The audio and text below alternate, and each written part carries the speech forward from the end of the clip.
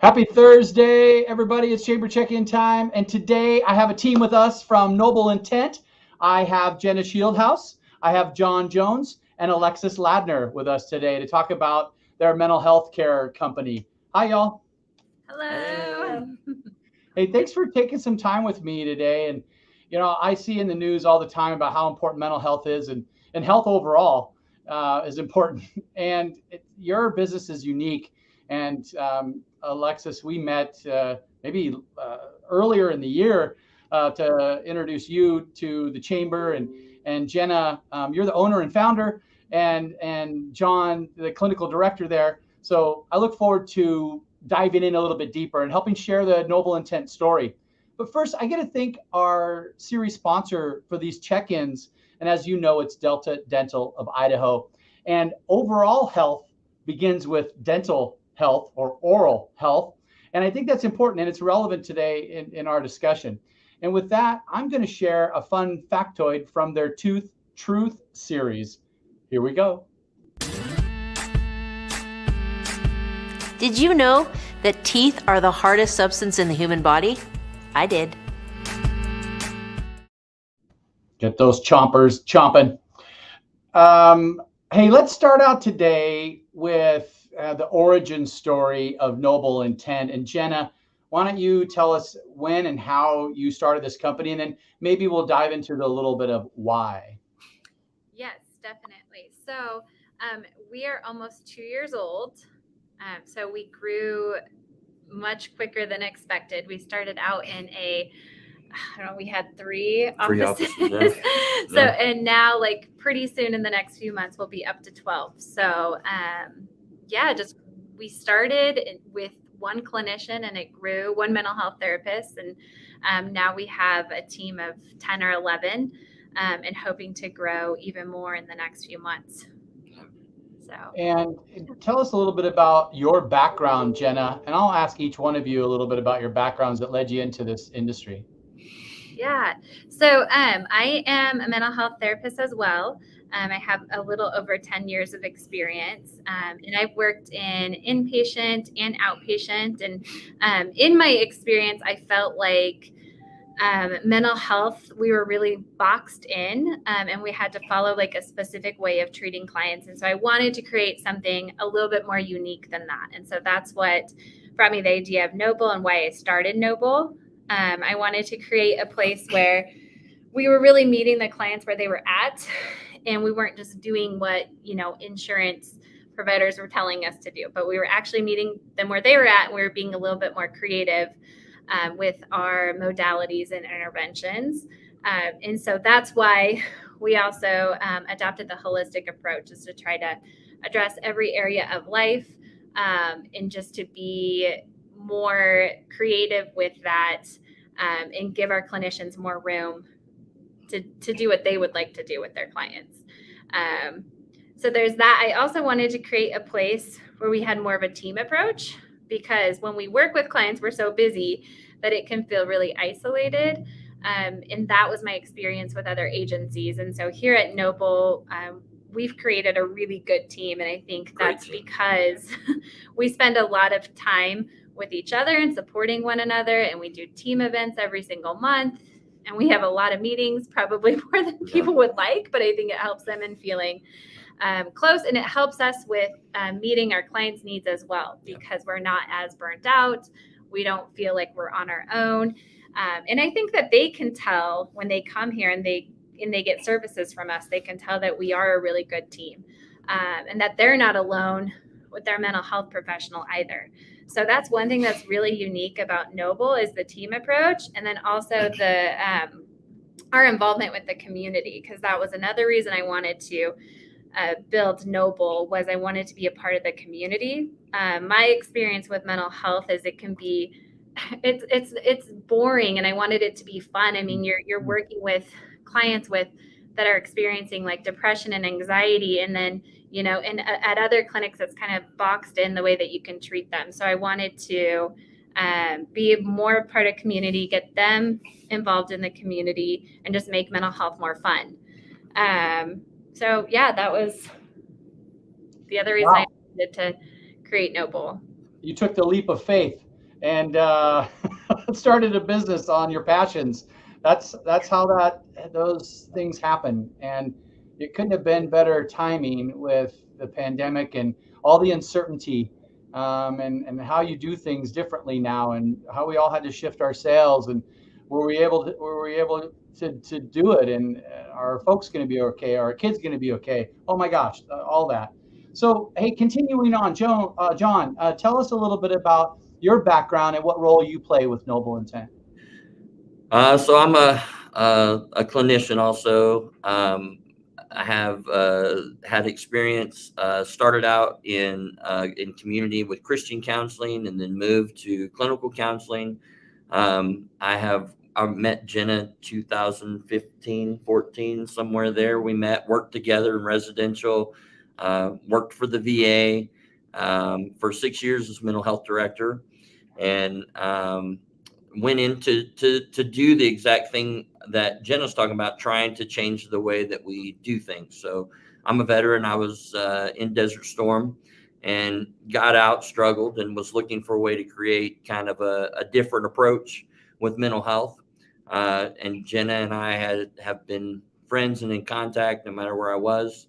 I left the VA to come here and partner with her to help create an idea that clinicians have freedom to deal with individual clients and not just get stuck in a box with just a modality, or you have to do certain work or a certain number of sessions. It was open for whatever the client wanted to do. It gives us a lot of freedom. We can go outside of our office. We can go outside. We can meet at the hiking trail. We can do a lot of things. So we do that because not everyone's comfortable coming in the office, and we want everyone to feel comfortable with mental health. It should be something that's a journey that we can take together, instead of just something, looking for someone to give advice. So I think we do, Jenna said, have a great team. We just hired our 14th clinician. She's been off on maternity leave, yes. So she's a little behind. I lost count. So yeah, but we have grown really rapidly. We do have a great team. Our team is very special in that their education goes far beyond just their master's level work. Each one of them, we do the best we can to help hone them with a specialty. So a lot of our people are specialized either with children, with play therapy. I specialized in trauma, specifically combat trauma, but dealt a lot with sexual trauma, being around the military. And so we do a lot of stuff with childhood abuse, sexual abuse, family systems. We do couples work. We do family work. We work with health and welfare, with adopted and foster children. We really have extended ourselves, so everyone kind of has their own specialty. We don't limit anyone from something they want to do. It's been a huge part of kind of who we are and what we're doing. So that's great. Thanks for sharing that. And Alexis, you're as target coordinator with Noble. Tell us a little bit about your history. And I know you and I have had lunch together, and I remember our conversation, and it was spot on. Hammer on the top of the nail, exactly why. But help share a little bit with the viewers and myself again, why you're involved and what your role is there with Noble. Yeah, so I came here from Massachusetts. I worked for 4 years for the Department of Children and Families as a child protection social worker. And when I was making the move out here, I just kind of, again, happened to find the posting for the job opening, and probably the best decision I made was, doing the interview and coming on to Noble. Especially with the support and guidance that I've gotten from Jenna and John, and the knowledge that I've gotten from them in just the short kind of time that I've been here. So with the targeted care coordination that I do here at the agency, that is, I compare it to an intensive case management. So it's for kids under the age of 18 who have a significant mental health diagnosis. And it kind of just helps provide extra support to family, friends, any other provider that's working with the youth. It's a lot of, even education for parents on, sometimes they'll see one behavior but not realize kind of what's affecting it, what's behind it. So it pulls together, what's called the interdisciplinary team, which is providers, family, friends, anybody identified by the family that's going to support the youth. And it just kind of gets all brains, all, skill sets in one space to help find that creative approach to, how are we going to help, this that's coming up? What are we going to do for this? So, it's a lot of work with like the community as well, like the kids' schools, really anybody. So I love it, Alexis, which brings us to another part of the conversation. Your services are unique and they're holistic. And who wants to take the first question? Maybe John, tell us a little bit about the unique therapies that you offer. You mentioned being outside, but let's dive a little bit deeper. Well, we work with detailing to an individual, and everybody's different. And I think that's something that mental health has missed for years is we deal with individuals. So, for instance, we have a park across the street. We take a lot of our kids over to the park and do a lot of play therapy over there, just relaxing, walking. That holistic approach is looking at the whole body, not just the mind. So we're also interested in their medical health. So we work with their doctors, we're working with their medicines, we're working with, their dentist if they need to go. We're constantly looking for a way to make the whole body approach to mental health. So we want everyone to understand that mental health is not just a disorder. It is something that you live with, that your whole life can change because of the little things that you do. So we work, deeply with them, mindfulness, offering yoga classes, doing therapy yoga. We do a lot of EMDR. We do just started some clinicians with art therapy, ART, which is a shorter version kind of EMDR. We're always looking forward and what can we do best for our clients. So Jenna and I and Alexis are always putting our heads together, trying to say, what can we do? Maybe we need somebody that needs hypnosis. What can we do to increase our, our team? Is someone interested in that? So we send them out and build off of that. So it's a big part of just meeting people where they are. Yeah. And what's missing in the community that we can provide to people that they're not able to get anywhere else, because of everyone kind of does like that traditional piece of mental health. And we just want it to be more fun, better than that. Yeah. Well, just looking at your website and just scouring over some of the services, I see counseling with individual therapy and community therapy as well, family, general mental health, case management. Maybe Jenna, you can talk, or maybe Alexis, a little bit about the case management. Help me understand more about that. Yeah, so the case management, that is, there's a lot of very complex systems out there between, like the health and welfare systems, trying to find like financial assistance, housing assistance. There's a lot of barriers that come up with those that, when you're kind of in that moment of being overwhelmed in crisis, not knowing where to go, sometimes even getting in like that simple like form for one of those services can be hard. Right. So with case management, what that does is, we're there to handhold and help the clients with that, especially with trying to get like housing lately. Like we've had a lot of kind of crises coming up with that. And our case managers are very good with sitting with our clients, like filling out that paperwork, faxing it over to them, helping them mail it, and kind of being able to bridge that kind of piece of support that they're missing in that moment of, not knowing where to go. That's awesome. Jenna, what would you add to some of the services that you have, this community-based rehabilitation services? Maybe you want to dive into that or the groups. Yeah, I'll let Alexis talk a little bit about the community-based rehabilitation services, because she also oversees that program as well. Okay. Yes, so that's another service that I supervise here, and that is, our workers that are hands-on, one-to-one, out in the community, out in the home, out in, whatever kind of area that the mental health is affecting the client. A lot of my workers will do I have a lot that do hikes with them. They'll do mindfulness activities. They'll practice meditation. They'll practice grounding techniques. They and it's not just giving them the tools, it's like physically like sitting with them and doing the yoga with them, like doing the guided meditations with them, like showing them, if there's like a situation that could cause some anxiety, like demonstrating it for them so then they know what to expect when it's their turn, to go ask for like the job application, or, like in the home, if there's, something that needs to be amended, or like any visuals that need to be made, like they're right there hand holding, helping them like directly in whatever setting is needed. Some one-on-one service. Wow. Yeah. That's incredible that you offer that. I'd like to add to it's a big part of our team growth is counselors work with people in an office or take them out one-on-one and walk, go hike, but we're giving them as much as we can in our time, in our short time. That CBRS service is crucial because they are taking skills that are being taught in counseling and building on them and growing them. Things that we don't always have time to do in an office in an hour.